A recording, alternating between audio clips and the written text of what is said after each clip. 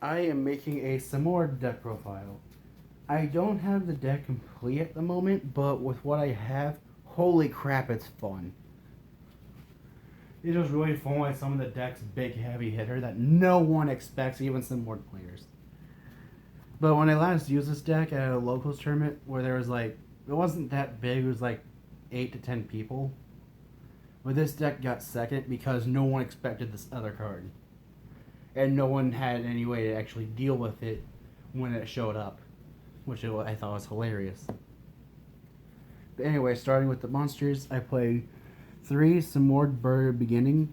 I like this card a lot because it's a walking double summon for Winged Beasts, which is this entire deck, whether it's wind or dark. And all of the little Simorgh monsters from levels 1 through 4 have the effect of if your opponent doesn't have any cards in their spell and trap zone, you can summon it back from your graveyard hard once a return to that just so it could be there. But they have to summon defense mode, which I think is really good since you can then use them for additional tributes, whether it's for a tribute summon or the effect of the big Simorghs. Going on to the next monster, I play 3 Simorgh Bird of Bringing. This card, when it's normal summoned, you can then add 1 Simorgh card beside itself from deck to hand. And I play 3 Simorgh Bird Calamity. This card is a Walking Foolish, where when it's normal summoned, you can send 1 Simorgh card from deck to grave, except itself. These are all the Simorgh little monsters I play. I've thought about playing Bird of Bringing or Bird of Protection because it's level 4, and I technically have the possibility of summoning Daigusto Emerald, but I'm going to have to get my hands on one first. Then for the big Simorghs, I play 1 Dark Simorgh. This card's not as hard to summon as I thought. You can tribute summon it, special summon it by its own effect, but it's just really easy. You only need to play 1 because you can search for it with other cards like Bird of Bringing or Simorgh Onslaught. Then I play 3 Simorgh of Darkness. The only card I can think of to compare this to is Diablos Lord of the Lair. Because if you tribute summon a dark or wind winged beast, then you can summon it from your hand or graveyard. Your hand, you can summon it from there as long as you searched for it or already had it in hand. But summoning from the grave, it has to have already been there prior to the tribute summon. Then I play 3 Simorgh Lord of the Storm. This card I really only use as trade-in fodder. But if your opponent would activate a spell or trap card or effect, you can tribute a Wind Winged Beast to target 1 card in their field and return it to their hand. And if you tribute summon a Wind or Dark Winged Beast, at least I think that's how that works. My bad.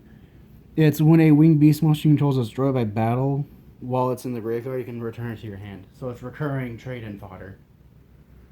And the card that took everyone by surprise with this deck, and one of my favorite monsters based on my channel's name, 3 Earthbound Immortal Asilipiscu.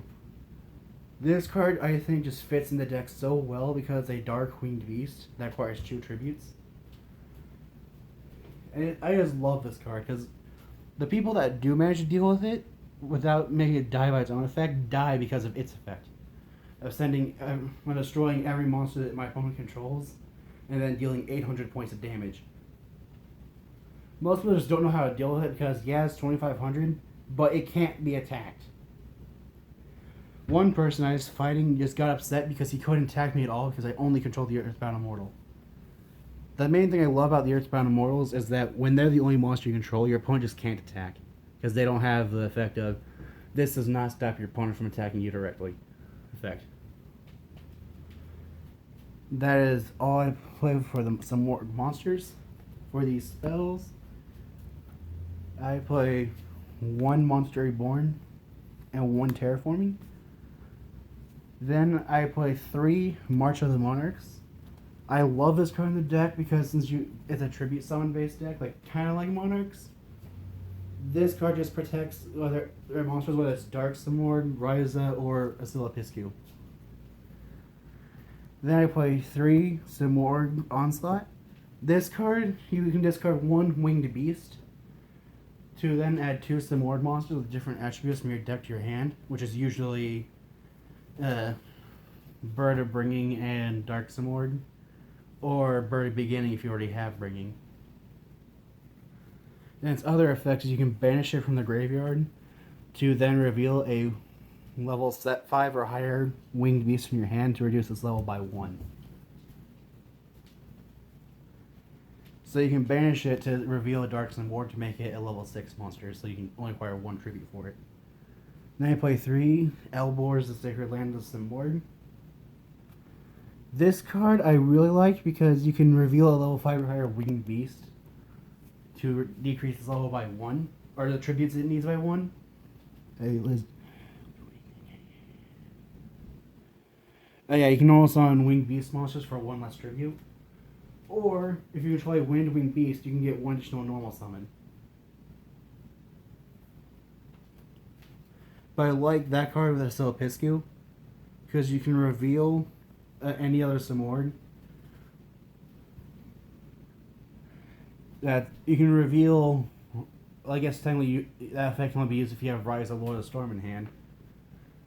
But you reveal that, now you can summon a Asilipiscu with 1 less tribute, so it only requires 1 tribute, which I find is very useful.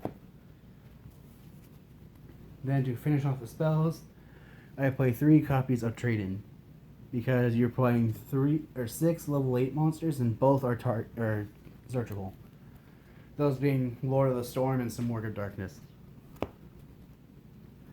And then for the traps, I play 3 Anti-Spell Fragrance, which I love to do with Dark Simorgh, because I never had the cards to do that with Ninja.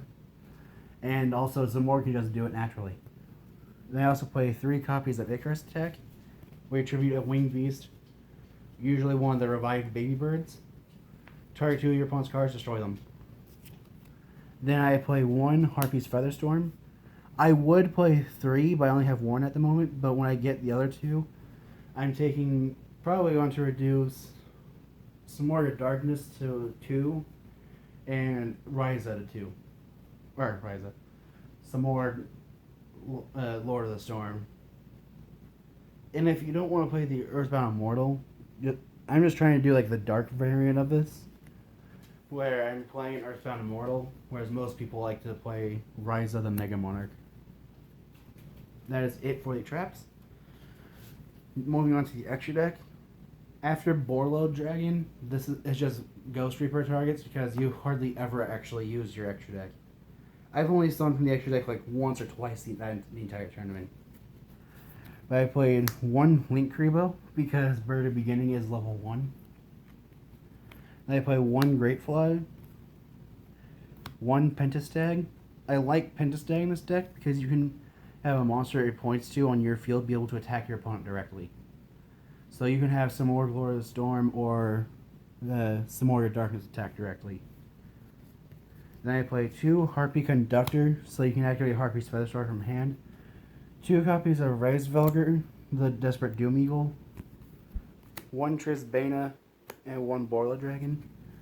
For the Reaper targets, I play 1 Elfie, 1 Shizuku, 1 Hextia, 1 Sunlight Wolf, 1 Electromite, and 1 Cyber Dragon Nova. That is it for my Simorgh deck profile. If you have any ideas of what I can do to improve the deck, comment below. Thanks for watching.